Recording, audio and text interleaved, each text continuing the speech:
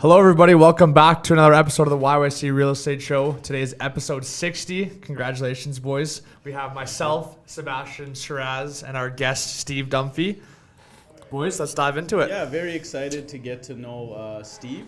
So we'll let Steve introduce himself briefly now, and then we'll dive into Steve's journey into real estate overseas. Really excited to hear all about that. So Steve, please just introduce yourself to everyone. Yeah, sweet. Thanks, guys. First of all, thanks for having me. Thanks for being here. It's a blast. I'm kind of, know Brandon, Tony, and you guys now, and it's great to be, get another foot in the door here with the family. So, especially being here for a couple weeks. Long story short, born and raised Calgary. Been here my whole life until 2021. From there, we left to packed up my family, went to Puerto Vallarta, and been there ever since. Yeah, man, it's been pretty sweet. Before that, I'm a petroleum engineer by trade. So it was oil patch from 21, and for about 12 years, and then actually got into cannabis. So yeah, man, we were the first. I think we were the first. It was either us or Boaz, but we were the first licensed producer in Calgary. And one of the few in Alberta, so that was dope. And literally, it was dope. Yeah, man, that was a massive project. Like that was like an awesome project. With the amount of time it took and the money that we raised and stuff like that, it was wild. I went down to Sugar Bud after that. Was the director of cultivation, which is in Stavely, about an hour south of Calgary. And then it was time to go. We literally packed up, and in 9 days I had everything sold with the motor, so like sleds, dirt bikes, trucks. We were on a plane in 12 days, and and restart life. That's an ex-wife, my partner at the time, and 3 kids, and fucking see you later. How old were the kids? Ryder was 2, and they would have been, and 2 9-year-olds, Johnny Okay. were 9, so... Pretty real, man. That's like when people say, like, I wish I could just get out of here and, like, do it. I just want to leave here. It's just like, well, we did that. Yeah. And it, So, awesome. So, yeah, and I've been down in PV since October 2021. We left because, you guys can probably think, and it was just, time to go, get out of here. And, and it's been awesome, living beach life and, That's great. That's great. So was it comfortable for the kids moving down there? I hear that there's a lot of English schools, like a surprising amount. Oh yeah, man. Like whatever you want down there, you got it. It's there, right? Yeah.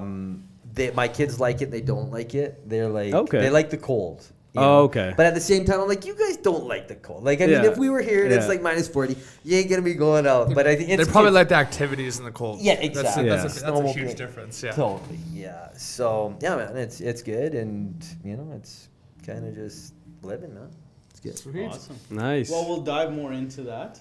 Thank you for that great intro, like long story short, but we'll get into the long story. Word. We'll give everyone their weekly real estate update. So we're, at a pivotal time in our market, and right now, 3,360 listings. It keeps crawling up, and let me just see and hope that the trend we saw for the last 2 weeks is hopefully changing a little bit, because to think statistically and numbers wise, if you have increased inventory and increased listings, you should have increased number of sales. Right. However, we saw the sales go in the 700s, like mid 700s we were seeing, all the way up to 8 for every week.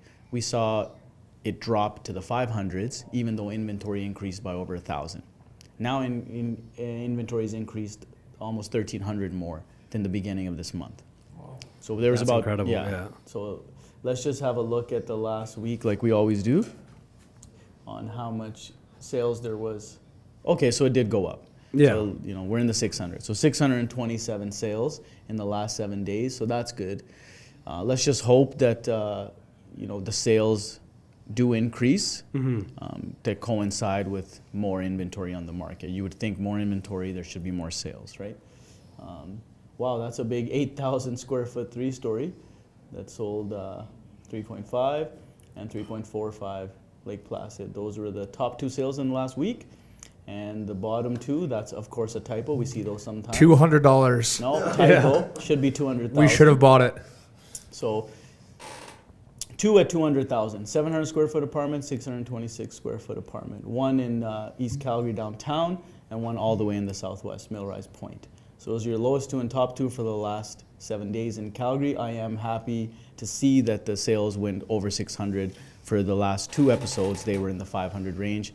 However, the inventory went from 2,300 Yeah. to 3,000, and now 3,360. Well, Yeah. and one thing we've all noticed too is these sales here. They used to be around 130, 120 for the lowest sale. Yeah. Now they're crept up to 200,000. Yeah. So Yeah, that's an sometimes indicator we of the would market see, as yeah, well. we would see like, a few in small studio apartments for, 160, 150 Yeah, still, right? yeah. Even When we some when we Sonata. first started the show, there was ones for Oh, that's 100, last year, yeah, yeah. it was 120. Yeah. Yeah. So Yeah, I remember I did a deal we were talking about in Chinatown for 101.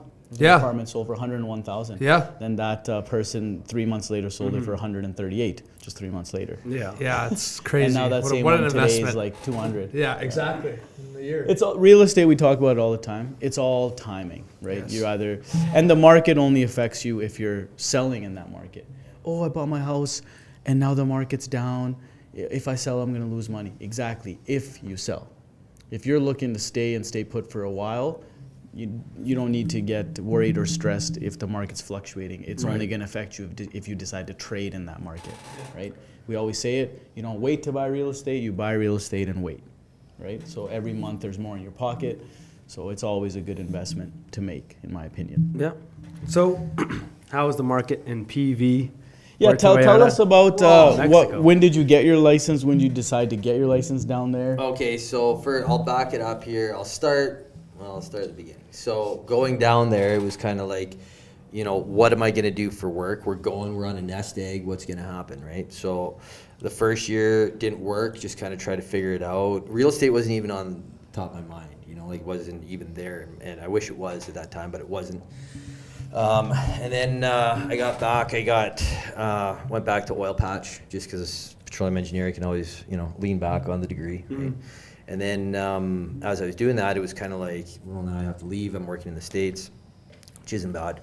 But I'm missing my kids, right? I'm leaving and it sucks. And it's, I'm gone for a month. I'm back for a couple weeks. And I was just doing this thing back and forth. And I was like, well, what about real estate? And it just like one guy was talking about it. And I'm like, well, I can do this. I have an entrepreneurial background with cannabis.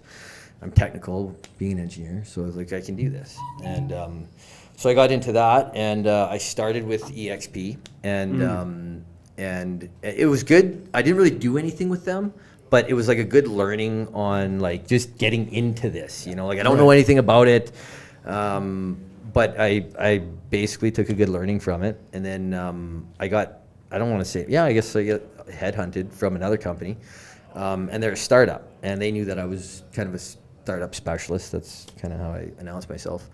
So they were starting up, and they said, would you like to come? Because not just to sell houses, but to kind of like help us out, Right. starting up, kind of deal, and to an extent. And so I did. So then it's just kind of like been getting into it, and here I am. So, being in PV, it's interesting, right? Because you have people that come down for lifestyle. You have people that come down for an investment. You have foreigners like myself, that come down and, they have an idea of what they want, but they don't really know what it is that they want, right? And with prices, with the dollar going up and down, well, when I came down, it was 21 American, and that was 16 Canadian. And then now it's at like 12 and a half. Canadian, and it's 17. So people that come down, they're going to spend money on houses, or they're not. I know I'm rambling here, but No, sorry. it's the dollar that we're seeing that people are either going to buy this or not. And because the dollar is down. Yeah, for some reason the peso is really strong right now. Yeah, and that was part of the election too, right? Yeah.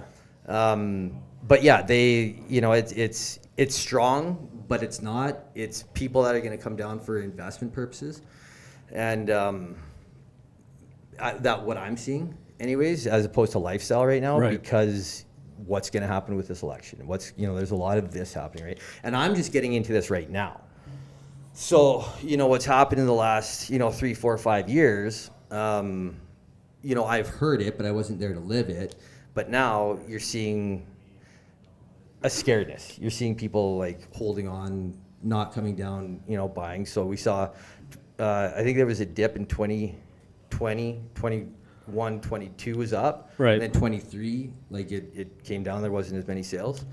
And then we'll see what happens here in 24, right? So right now, I guess, to answer your question, we'll see what happens. And it's largely dependent, from what I'm hearing, is on the, obviously, election. So, Yeah. And I imagine that PV probably has a huge amount of development happening right now everywhere. It does. So what is the cost of entry for someone looking to get an investment property in Mexico, maybe a new build?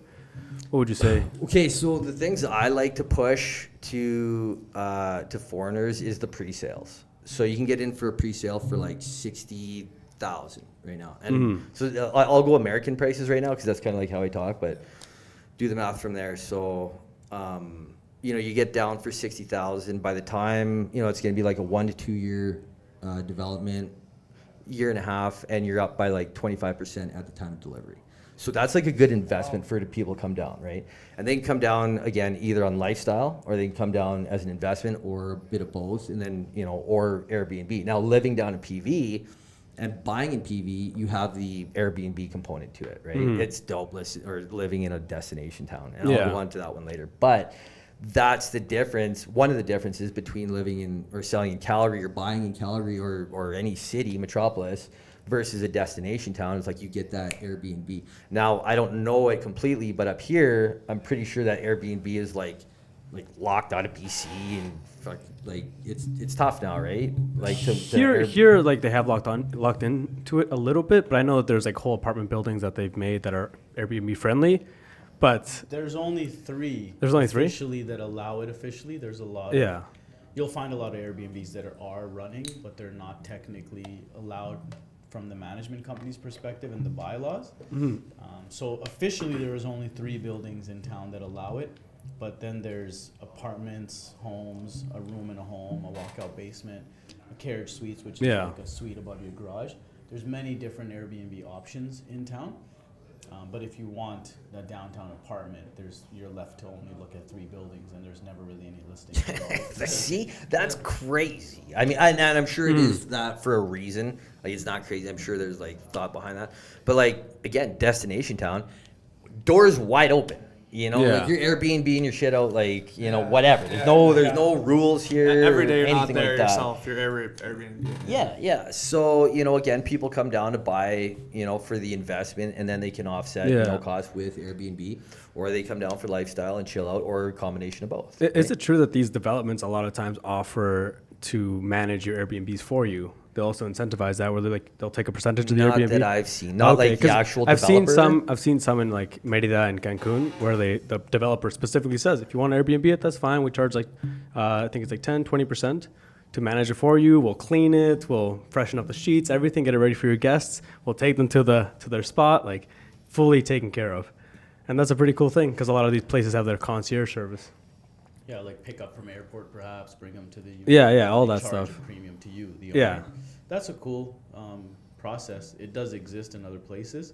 But I guess I've it's never seen it. I've never seen it in not PV. there. Not to say that it's not there. Yeah. But I haven't seen it. And it's a lot of guys that try to do arbitrage too down there. I did that last winter. I did that for 4 months. I actually got a sick deal. Like, buddy, instead of just signing up for a year, I was like, can I do it for half a year, and then I'm gonna arbitrage this thing out? And to find a landlord to allow you to do that, that's a whole other battle, is to find somebody that's gonna let you do that. So I was able to find one, and it went good. I broke even on it, but it was just good to like. I actually had an opportunity to take like 5 or 6 units on. I was like, okay, all right, here, this is the entrepreneur in me, and then it was just like, hey, man, just hold the horses here, let's just let's do this one, once first and see how it is. And it was a good time. I mean, it was good. It kind of just runs itself. And my nanny actually, she helped me out with some cleaning and stuff like that. So, just having resources and stuff like that. And so, yeah, man. What? Sorry, go ahead. You were gonna ask. Nothing. So, do you have a question, Zach? before I go? I was just gonna ask, like, where you find most of your clients. Like, are they past work clients, or they're your investors that you use? Do you like is it cold calling? We always talk about networking for our own business. Like, is it past friends or business people that you kind of work with, or is it locals, or you said obviously foreign investors? So Yeah, it's a great question, man. Like, because I'm a foreigner myself, I'm not looking for the locals down there. I'm coming to the US Yeah, and to Canada for sure. and just networking and, the cannabis crew, like everybody that we were all trying to raise money at the same time, right? And I know that, he was and she was and stuff like that. So I just tap into, the old crew and, from other companies that, we were getting into the game with and nice. and just tapping that and just networking really, and making calls. And so I like to like have conversation. I like to like do stuff like this, but cold calling and like having to do that for a certain purpose, like it's not in my like comfort zone. So I have broken out of my comfort zone to like do that where it's like, it's just hard for me to do it as I never really was like had to do those kind of things in really any of my roles. But I have kind of, I am coming out of my shell on it. So it's good. And as I do, I find that it's like easier and easier. I'm like, oh, these are just like limitations I put on my own self because of whatever. And then you just like bust through a phone call or you get something, you're just like, this isn't hard. This is just like you being an idiot. There's nothing tough about it's my like picking up a own phone and thing. dialing. Nothing's hard about raising your fist and knocking on a door. Right? Yeah. Nothing hard about picking up the phone, dialing, and calling. Yeah. Right? So it's like it It's is all the about- mental. It's all the mental game. mindset. Yeah, right? It is 100%. all mindset, right? And trial and error. You gotta have thick skin. You gotta be able to deal with rejection. You gotta fail 100 times before you get that deal. Yeah. Right. So my question that I was gonna ask, if you guys. No, I'm good right now, My yeah. question was, trading and being a licensed real estate agent down there, how does the fee structure for you work? We know here there's an unwritten rule. We charge 7 and 3 divided by the 2 agents. Here, 7% on the first 100,000, 3% on the remaining balance. Each agent gets 3.5, 1.5. That's negotiable. But is there a standard there? How is it there? Is it 1%, 2%? Is it a flat fee? Yeah, the way that the agency I'm worked with is a 50-50. So if we break it down, the agency will get 50%. You'll take 50%. And then if you're working with somebody, that gets divided by 2. So yeah, like I haven't even made a sell yet. So like I've had like close, I brought some people to some pretty interesting projects, but haven't like gone the distance with it. So, but yeah, it's basically like a 50-50 from the realtor to the agency that they're working with. And that's like flat across the board. And then from there, depending on who the broker's working with, there's that split to them. So, and the other thing too, you don't have to be licensed down there. Yeah. So that's an interesting thing, right? You don't have, but there is AMPI down there. AMPI is basically like, it's not a regulator. What's the word I'm looking for?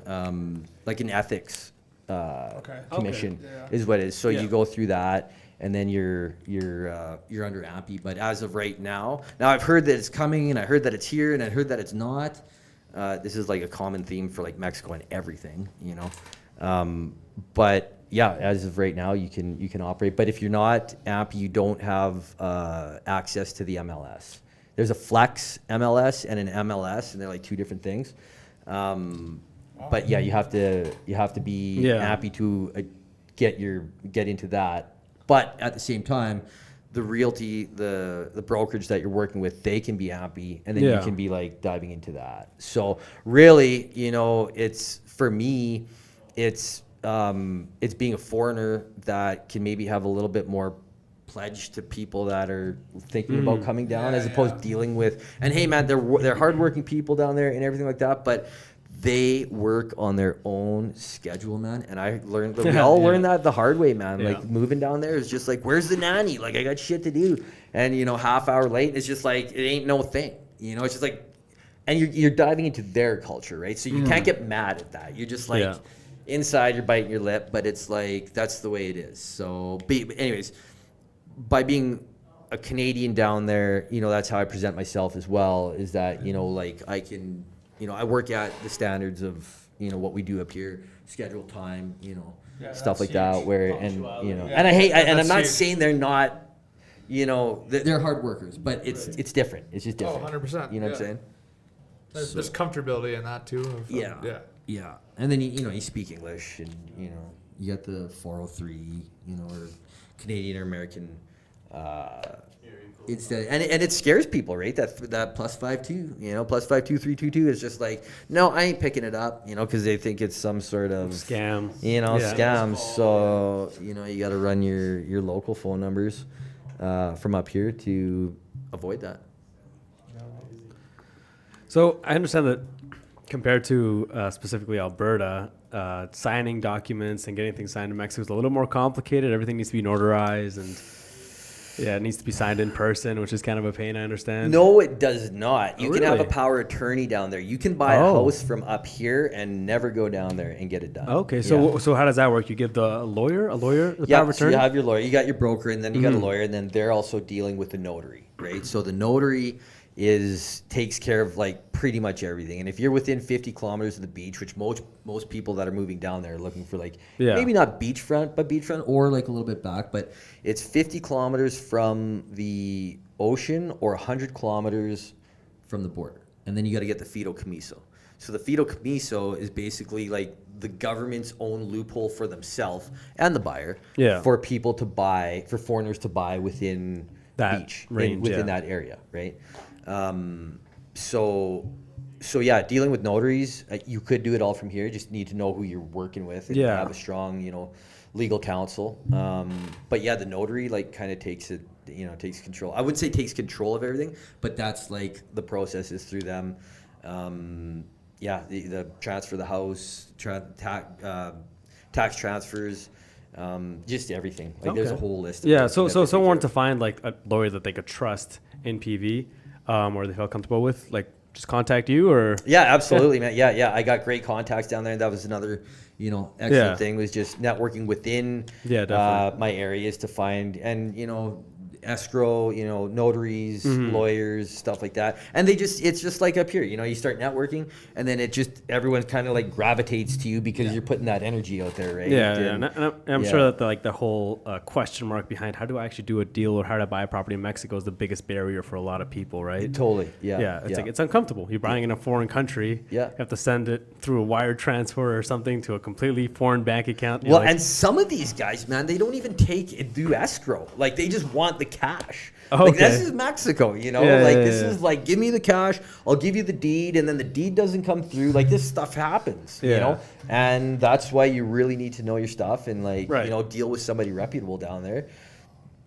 I like to say, like myself, that can lead that process and make sure that there's no rock and turn, because it can get pretty crazy down there, and you could lose your shirt. You could literally lose your ship. I know a guy, I just got an email last week that this guy that kind of did work outside of, they were close to our brokerage, and man, he just like literally lost his shirt, and I'm like, he lost everything, like wow. And it's just crazy, man. So and it's one of those things like, what can I do? It's like, well, it's Mexico, so good luck, I guess. So I maybe that's something to talk to you about is the whole way to get down there in terms of how do you do this, and for me, how like I said, we were gone 12 days, like gone, and we got down there, and it's just like, hey, you got your 180 days, your work visa or your travel, or your FMM, your visa to be there, and then it's just like, okay, and we had no idea. It's just like, okay, what do we do? How are we gonna stay down here? And there's a couple ways. So the way that we did it, and it's kind of like it's not hush, but like there's people know about it, but it's not advertised, I think, as much as it should be. So here's the story. We're down there. I'm like, okay, what the hell's going to happen here? How do we get our residency? Because we've already left the country. We've already left Canada. And in Canada, you go to the consulate, you show the documents and all that kind of stuff, right? And that gets you your visa to go down there. And I'll stop it right there because I'll get to that, how that process goes. But no, we're gone, and we ain't coming back, right? It's like within this time period. So how are we going to stay down here? I hear this thing called regularization. I'm like, okay, well, what's regularization? And they say you just let your FMM expire, which is your visa, your 180 days. Once that's down, and as long as you've been to Mexico, like what I heard at the time was like once in the last 10 years. If you've been to Mexico once in the last 10 years, and you expire FMM, so you stay longer than you should be in the country, go to INM, which is the immigration, do some paperwork, and you get your temporary residency. And I'm like, fucking no way. I'm like, there's no way it's that easy. Like, I did not believe it. And I'm just like, there's no way. So I called 2 lawyers. They're like, yeah. And I'm like, still don't believe it. Internet, looked it up, still don't believe it. And because it just sounded too easy now. And the risk to reward, if it wasn't, was probably not very good. Yeah. So, that'd be pretty scary with the family down there to trust. I'd be like, holy shit. That's fair. Yeah. So I okay, here we are. I got, a little tip from a friend on how to do this stuff. I did all the paperwork myself. I had a friend down there that went through it, so she was able to help me, I'd say like 75% of the way. Right. And then I did all the paperwork, and I mean, this is something that you should probably be lawyered up with, or at least have some sort of counsel, but I'm like, no, we're doing this. So did it, and just stamps across the board, sweet. So now we got our temporary residency we're in, and they give you 1 year. Now, I've heard some guys get 4 right off the bat, but for people who are wondering right now, plan for 1 year. And then after that, you have to go back in after the end of your first year, and then you can jack up for 3 years, and then you can go for your permanent residency after that. Yeah. So, so I'm in my 3rd year of temporary, and that. So yes, that's regularization. The other way is the financial component. So you come up here, you set up a deal at the consulate. You show them. You have to show. I think it's like 5,500 Canadian a month for the past 6 months, and it can't be below that you've been making. Or you can go on investments to show that you have certain net worth. Yeah, I think it's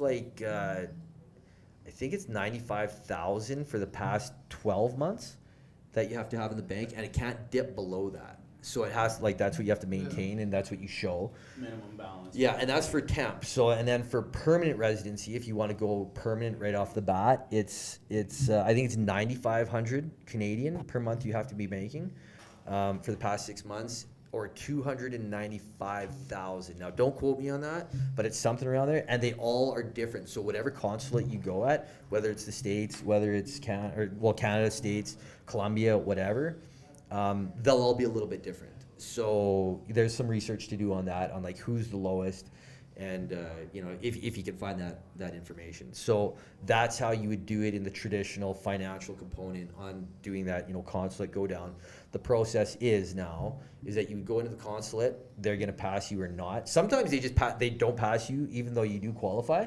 They're just assholes, and they're just and they'll give you some bullshit reason. I've heard lots of them.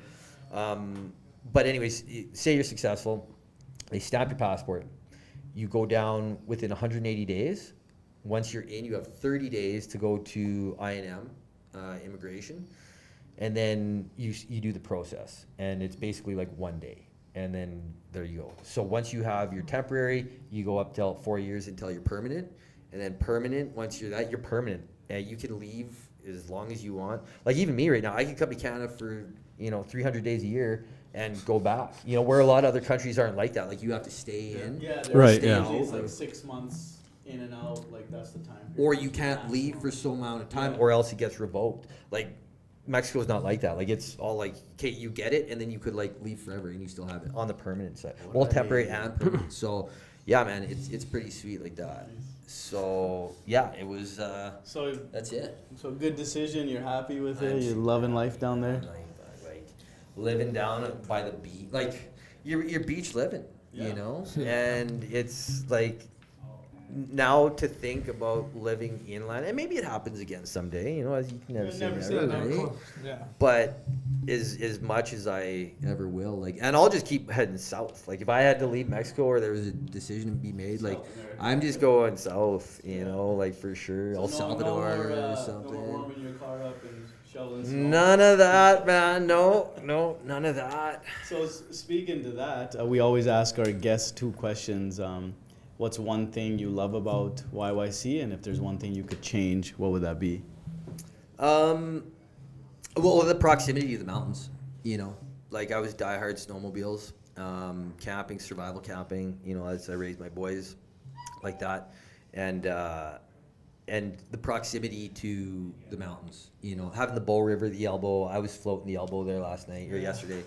And you just, that, like, I love that. But I'm an outdoor enthusiast, right? Yeah. So having, that would be my answer, is just the proximity to the mountains, being able to just get out of here. You can see the range from town.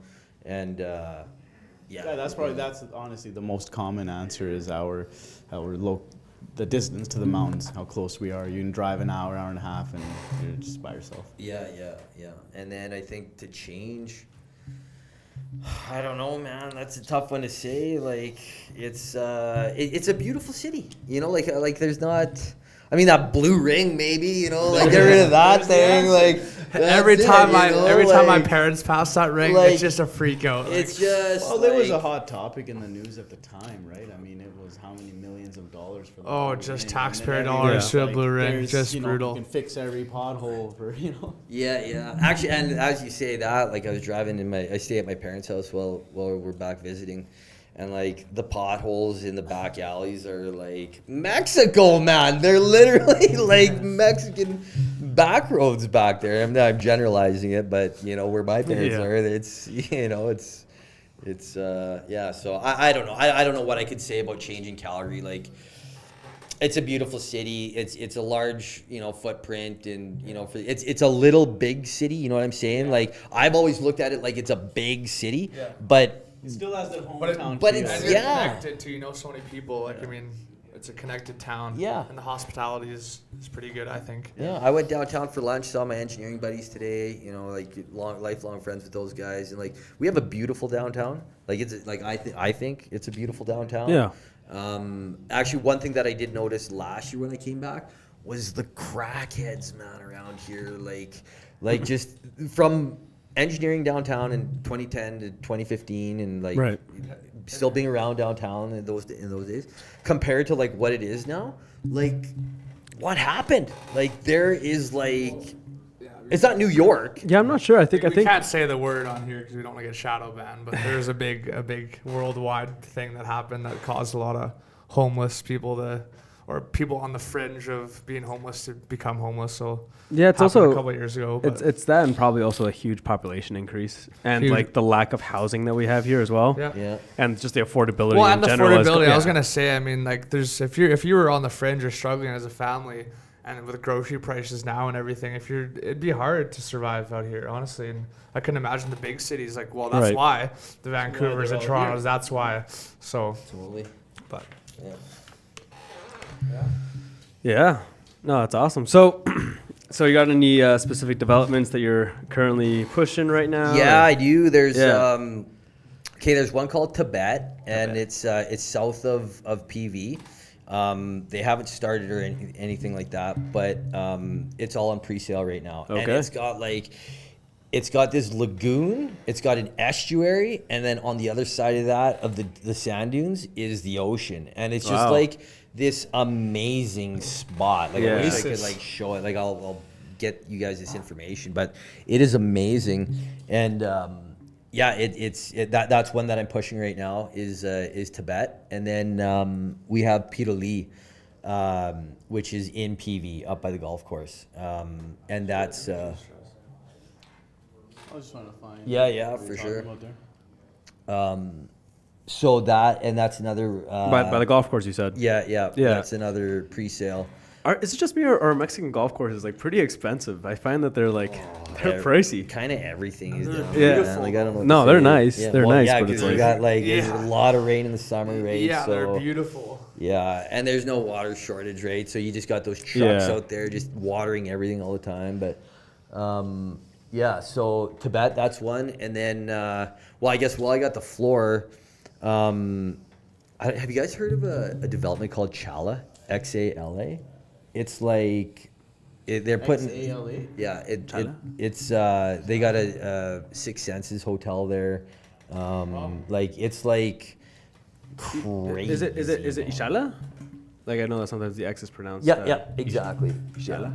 Yeah. So So Chala, I call it Chala. Yeah. Chala. Yeah. Yeah, I'll go Chala. Just that's how I say it.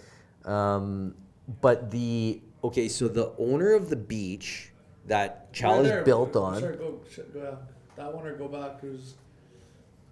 Should be this. 3,000 acre development. That's what this is. Yeah. Six cents. Wow. It's like Yeah, it's insane. huge. So that's there, but the beach, like neighboring beach to the north of it, Yeah. that owner actually sold the beach, from what I understand, sold the beach to Chala and they built on it. So we don't have my agency doesn't have exclusivity to that beach that we're trying to sell. Right. But that's one that You the guys are boys are pushing. really Yeah. pushing right now. So Yeah, that's awesome. But that's like we're talking hotel development and stuff like that. Yeah. So anybody that's looking for that kind of play down there, and then you got to look at the neighbors down there. So Tibet's just there. You got Chala down there, or south of them.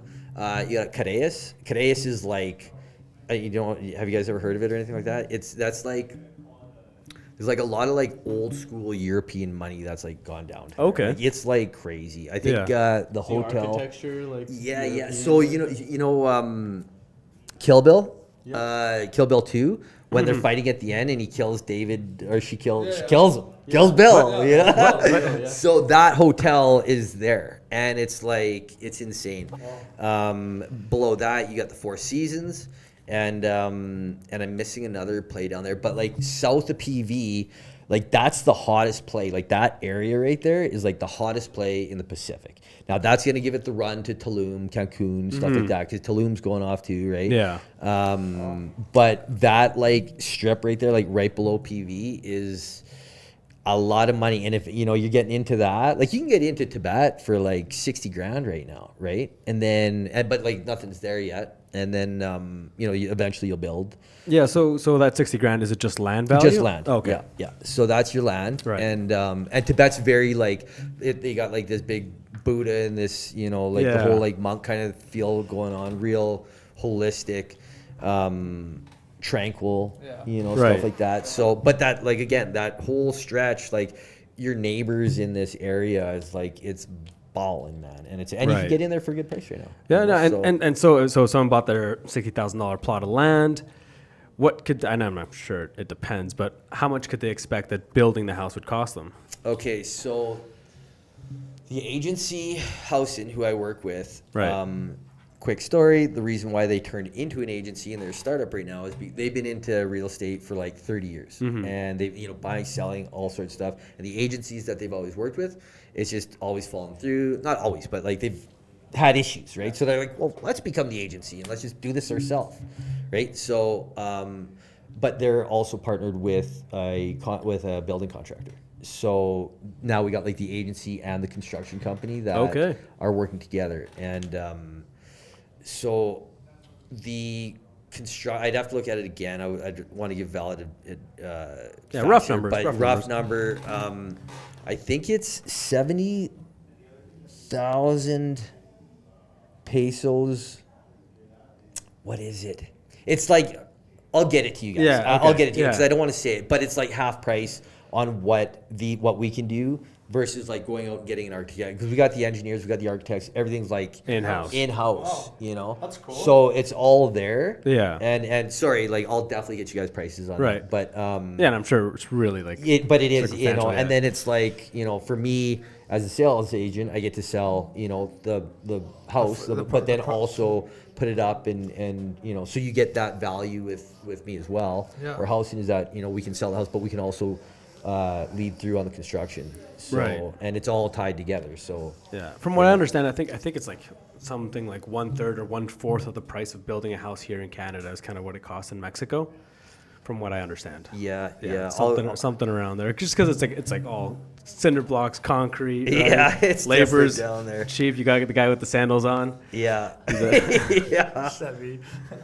Yeah. Yeah. So yeah, man. So Tibet, that's the one that Yeah. I'm really pushing down there. and Piruli, which is in PV. But there's so many, there's so many of these pre-sales. But what it is, it's having that due diligence and like making sure that these developers down there are going to go, because there's a lot of developers that shit the bed, right? And there's your money. Oh, I Talk bet. to you later. It's happened. I mean, it's Mexico. It's happened, time and time again. So, we do our due diligence to make sure that, who this is go. We're not going to just start slinging anything, right? Joe Blow's development No, I'm company. not putting my name on that stuff. Yeah, I'm making good sure for you. that this Well, stuff's real. that affects your reputation as well. So Completely. that's Yeah. huge too. Yeah. So, yeah. That's awesome. Yeah. We're having fun, man. Yeah. It's a good I time love it. down there. How can people contact you, reach out to you? Do you have a handle or Instagram, phone number? Yeah, right now, because like I'm doing a branding on myself, and I want to do it right. I don't want to come out and look like this, this scab who just tossed something up on Instagram. I want to have it crisp, and maybe that's a little bit to a fault, but it is what it is. That's what I'm doing. So I don't have my Instagram up yet, but ask at stevendunphy.com. And just for email for now. And then I'm going to get on the email campaigns and stuff like that. I got my MailChimp, get that kind of stuff and start sending stuff out like that. Sure. And, the more I can network with people, the more I can throw into, those email chains and send them off. Excellent. And, Well, if people contact us directly, we'll shoot them your way if they're curious about buying in PV or. Yeah, Mexico, and not yeah. just buying. If you guys have, people are asking how to get down there. It is kind of scary. It is what the hell do I do? How do I do this? country, Right? yeah. But I did it, man. I did my taxes. I like setting up your taxes, the residency. Get your phone, man. Getting the your gas filled up on top of the house. Oh, all yeah. these things, I got man, some are There's a stories lot of about stuff. that. and like I said, we were down in 12 days, and we went to Rio for 4 days to all inclusive, just to kind of bleed it in. Then we had an Airbnb for 10 days, and soon as that Airbnb, we went into as soon as we left the Rio to go on our own, it was in that moment, in that minute, Yeah, it was we shit got to the gets house. real. There's no food in the place. We just got to the Airbnb, Yeah. no car, nothing. And I remember walking down to the grocery store to get some water, and walking 20 minutes in extreme heat with this water bottle on my shoulder, and just holy smoke, reality set in Yeah, right I there. bet. So people have that, and maybe not to that degree. People are probably more, put this program a little bit Leave it 12 days. together a little bit Yeah. more than we did, Yeah. but that's how you learn too, right? But anyways, anybody has any questions on any of that kind of stuff? Yeah. I did it, I've done it, That's awesome. probably It's a good resource. what I'm the strongest at in Mexico right now for people. I am doing real estate, but in terms of relocation, and I'm not a lawyer, and it's how I did it, so I can't say it's the only way or whatever. I Right, put the yeah. disclaimer on it, Yeah, but- check with your legal counsel and stuff like that. But I did it, and I can give you Yeah. 90% of the Yeah. way to go, and then you can. Well, you real know, life experience goes a long way, and somebody you can trust. So Yeah, yeah, and actually, one more point for the viewers is the regularization program. If you, it's supposed to go to 2025. I've heard that's not out of the horse's mouth, but it's been extended for another year. And every year, what I've kind of heard is this is the year, this is the year, this is it. So, as long as, and what else I've heard, is once or twice. I hate that I heard both of them, but it's once or twice since 2015. If you've been in Mexico,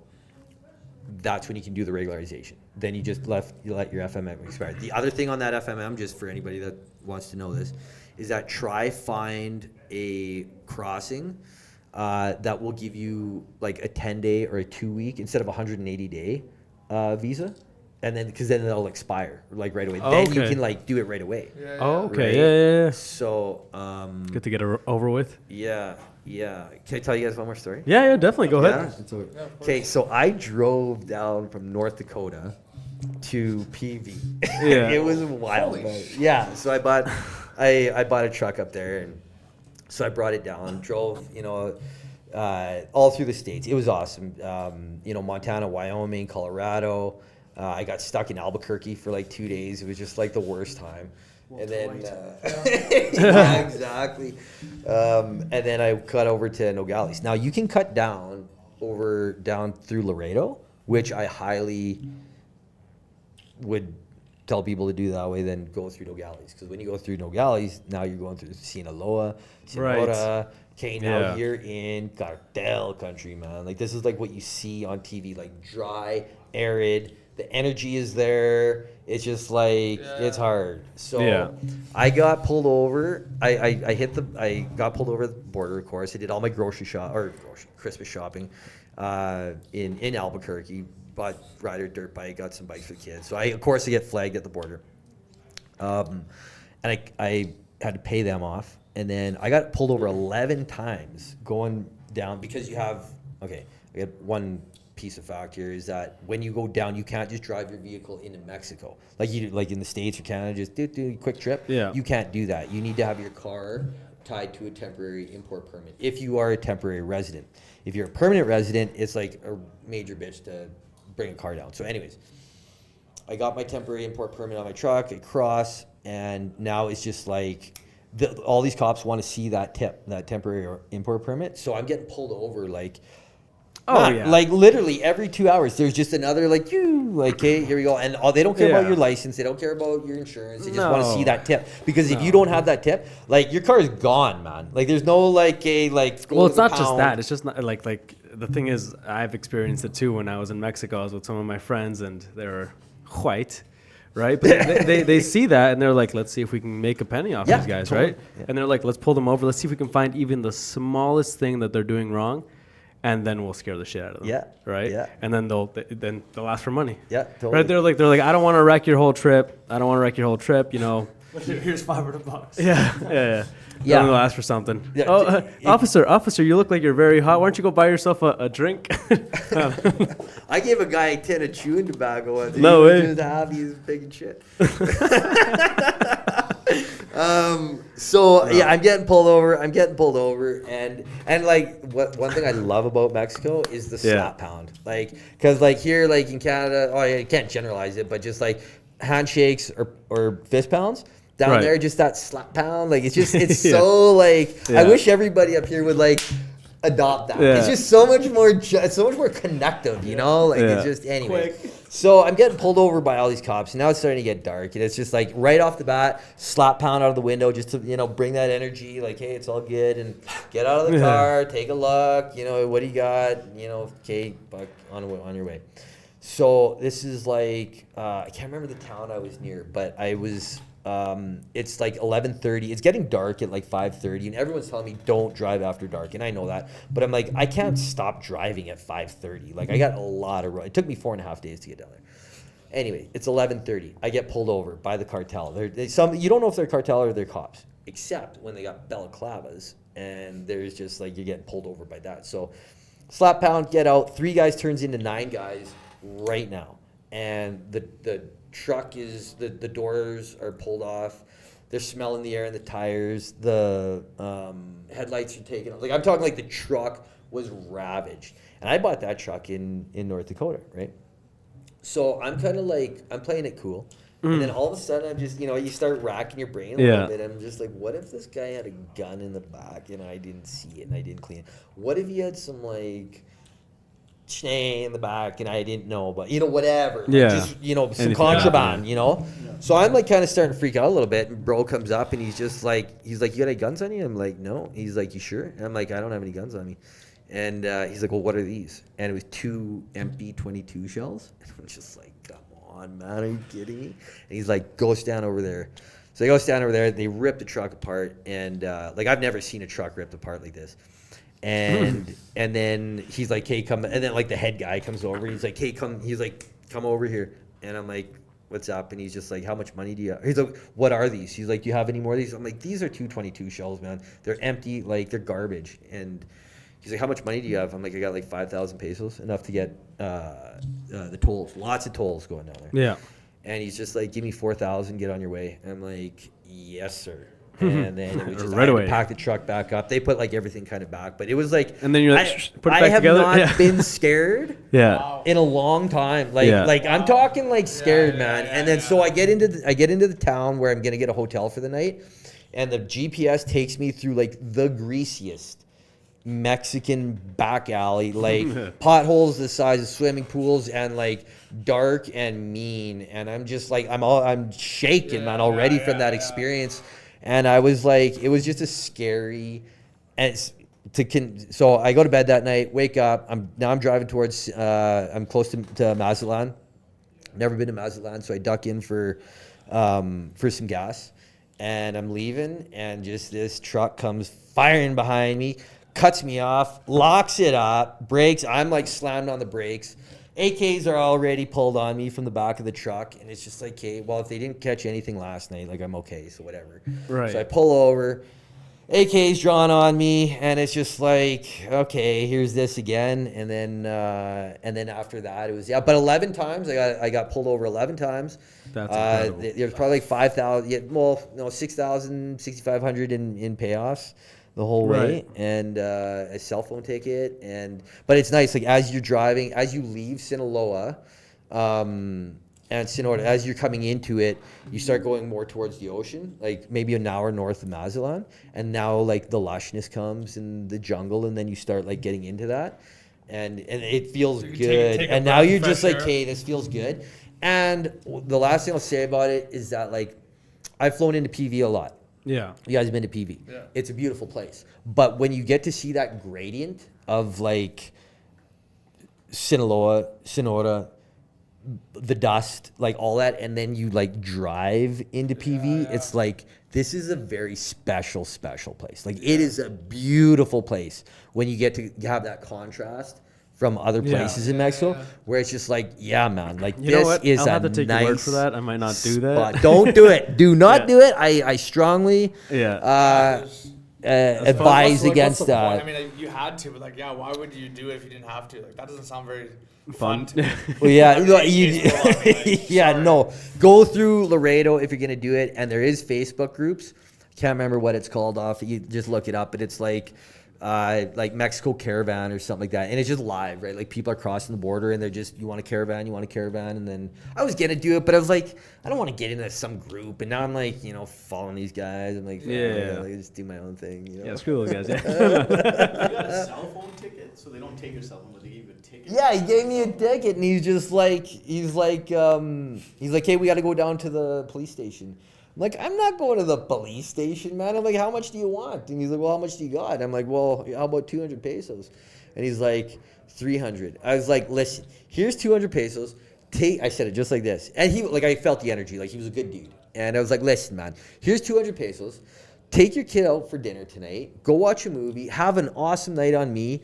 And, do it. And he like looked at me, and he like took it, and he's just like, sounds good. And just like walked away. Yeah. And it was like, and that's what it is. The cops down there, I think you could like almost generalize it that like people down there work because they just have to work. But it's family. It's family, Yeah. it's culture, it's language, it's food down there. So like the cops down there, and I don't want to generalize Canada or Calgary or anything like this, but it's like that ego of a cop, and I'm not saying they're all like that, but down there, these cops are just doing a job to go home at the end of the night. Like, you see them like leaned up against the wall, like they're not like, I'm a policeman and I'm here to police. It's like, I'm going to work today. I just can't wait to go back to my kids tonight. They don't care. It's like, Here, there's definitely, unfortunately, a big ego for sure. yeah, and that's we could probably rabbit hole that one, but Yeah, that's not. let's not.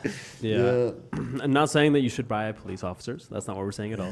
No, that's but it is an option. No, yeah. No, it's crazy. It's crazy down there, and it is wild. The thing is, those police officers, they do not get paid enough for what they do, right? Yeah. They don't want to do the paperwork. They don't get paid enough to do that, right? Yeah. They just want to make some extra money and be on their way. Yeah. But no, I've definitely been like searched by cops. Like, they did the whole car, the rental vehicle, and one guy was playing with the safety on his gun. They're so loose, they don't care, right? Yeah.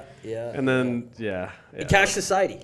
Yeah, Society, definitely, man. definitely. These guys, and they know it all the way to the top. So at PV, Yeah. you got the Marines, you got the cops, and you got the El Cartel, right? Yeah. And it's weird how it all. I think it's like it's. I am not a proponent of what those barbarians do. Like, that is some pretty rank shit that these cartels do. I don't stand behind it, like, at all. Definitely.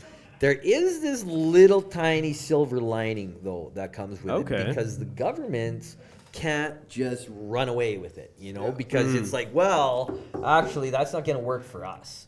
So we're just not we're not gonna do that. Yeah. So there is this like pushback, and Yeah. I can't get into the details of it because I don't know, but there is definitely like they work together. Like there is decisions that are made, 100%. and governments can only push so far because they can or they can't. And it's an interesting thing in PV. Like PV is the second safest city in Mexico, right? I believe Mérida is the number one, right? Yeah. So, and it's funny, right? Because you got the East Coast and the West Coast on that whole thing, right?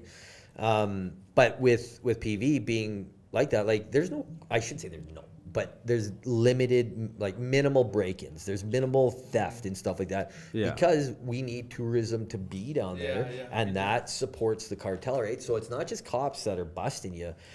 You break into a car, like it might be a cop, but it also might be, one of the cartel members, and you better hope it was a cop that catches you, not them, right? So it does keep it peaceful at bay, like and I'd also I like to say that I've been to Mexico a lot of times, and I've never seen anything that bad. I think that's specifically to that area, but I've never seen a situation that bad, right, where the guys are pulling AKs on you or nothing, right? So in general, most people will never experience something like that. But obviously it is a. But you will, and I wasn't the only one. Like I talked to numerous people that have made that drive, and it's just like get ready. Well, that to specific drive, drive, it's not just getting pulled over. Like you're going through check stops. Like So you're getting pulled over, and you're going through these check stops that are pulling you over. So it's a combination. But you know what? Like another thing that I get questions about. I can't speak about the north. And the drug traffic and all that stuff is to the north. No, like 100%. Like that exists down there. Yeah. And to the south, it's there too. But like in our bay, like down there, it's not. And again, I can't say that because I don't have like the facts on it. But I take Ryder out for bike rides to get tacos at night all the time. I cross the highway because we're on the east side of the highway. So there's a little to do there to get over. We go into Jarataderes, and that's small town Mexico. That's right beside Vedanta. Everybody knows what Vedanta is. It's like Mexico's Disney World that they're building. It's right by the place.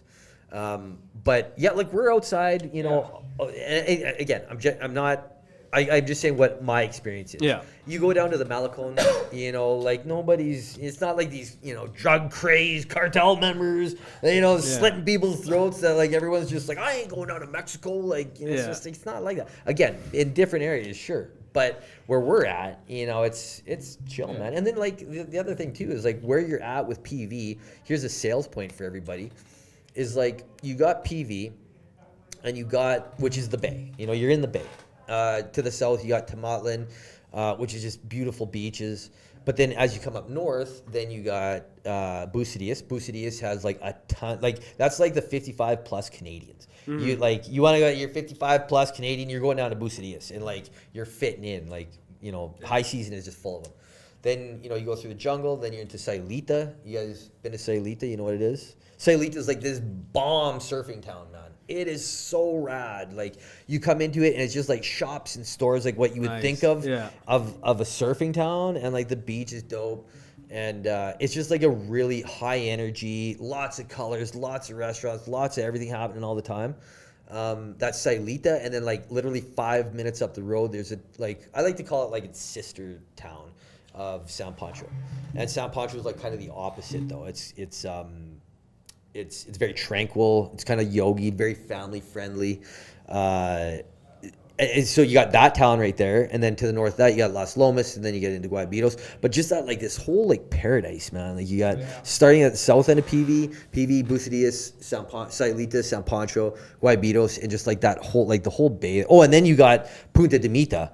And Punta de Mita, Four Seasons. You got Billy Gates. He's in, like that's that echelon up there, right? So then that's the point. And if you're playing in that ball league, you're balling up there. Like it's so that's another point of interest. So if you're buying property down there, like you have the sales point of not just PV, You know, it's all the surrounding towns, man, and just like the experience of it all. Yeah, you I mean, know, they call so- them magical towns for a reason, right? Yeah, exactly, man. Exactly.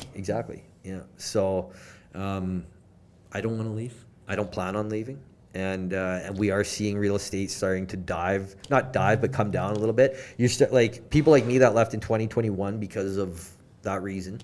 En masse, people were coming, right? And then all of a sudden, well, all the locals are putting up their price a little bit, and then everything's going up in price. And now it's just kind of like this out of control, like kind of like everything's, you know, getting more expensive. And now, this is my opinion, you know, I'm seeing some people leave now because they can't do it. Like they came down on the nest egg, but now, you know, they went for it. And good for them, right? They made the, you know, the honest go at it. But some people can't do it now after 2-3 years. They can't work down there, whatever the case is. And now you're starting to see some people leave. And I'm not saying this is the only reason why real estate's going down, but it's not like this, from what I've seen, is just this crazy influx that it was. I think like people definitely are still coming down, but I think just in that, like, you know, the last couple of years was just like poof, like they're coming, man. Like we're and it's G7 countries. It's not just Canada. It's not just Canada or the States. You know, you got the Chilenos. You know, you got which isn't G7, but you know, you got Australia. There's New Zealand. Like we got a whole bunch of people within our community. We live in a gated community. It's beautiful.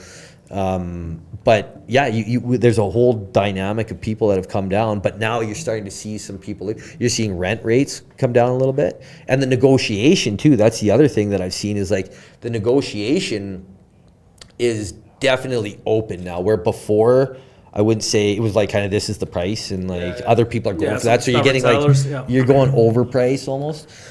Now it's like, no, you know, I'll give you, you know, 2,000 pesos just on a rent, you know, for example, you know, like they want 25,000. Well, I'll come in at 22,000 and a nanny. Yeah, okay, sounds good, you know, or not a nanny, a cleaner, you know, once a week or something like that. You know, throw those little things in there. So those conversations are happening now, where in my experience they weren't since I've been there in 2021. So we are kind of starting to see that.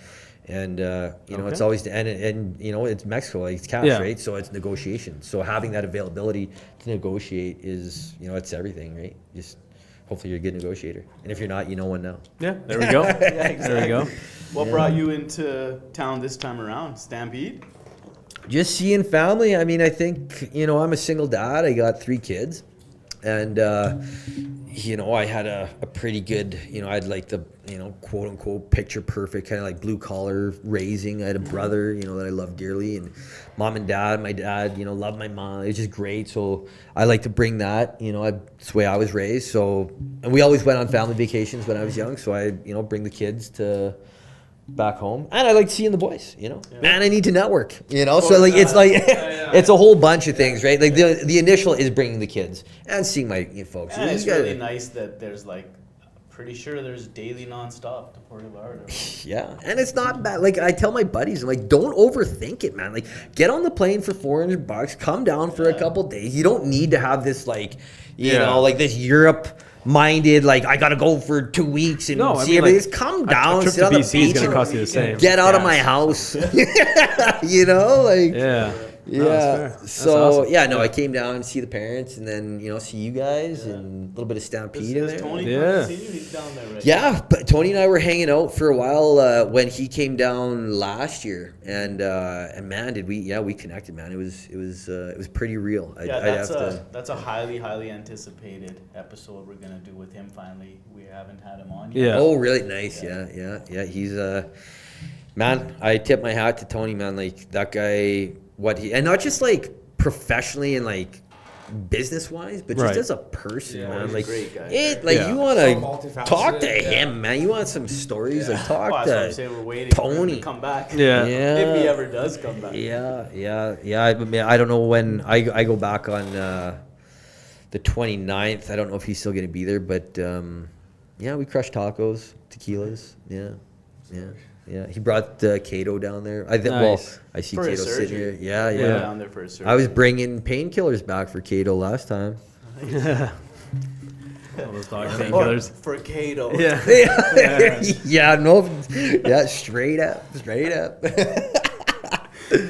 Yeah. Well, thank you so much for being on our show. We learned so much about real estate, investing, moving down there. So, hope to see much more of you as you come. Yeah, hopefully someday we can do an episode in PV. Yeah, networking, for right? sure. Keep Yeah. networking, right? Yeah.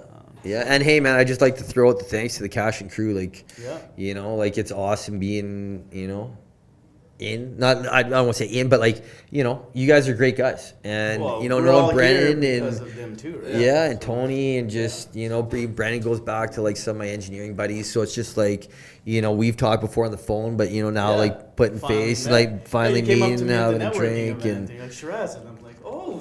yeah, I got a You're- beard you're now. real. Yeah. Yeah. So it's just, you guys are a great group. And it's just, I'm fortunate to hang out with you guys. At the end of the day, like, Thank you. you guys Yeah. are good dudes. Appreciate man. that. Yeah, for sure. No, this has been good. It's been great. Yeah. Learned a lot about PV today. Honestly, I've never been to the East Coast or West Coast of Mexico very much. My family's all on the East. Yeah. So someday I'll have to come visit. Oh, yeah. Come say Well, hello. you got a house, man. You got a house. And I'll take my truck. Take it all. Yeah, man, I'll thank you. I'll go Thank camp you. on the beach gladly, man. Yeah. Yeah. Okay, I'm coming. Yeah, Yeah. dude. Yeah. Actually, that would be like awesome. Like, you guys came down sometime, like rent a yacht, get a catamaran or something Yeah, for that a was couple nice. days. Episode And it's Like, actually there you go, super. live from BV. exactly. From a Yeah. catamaran. Yeah. Yeah. Ah, Oh, nice. that's awesome. Yeah, thank you so much for coming on.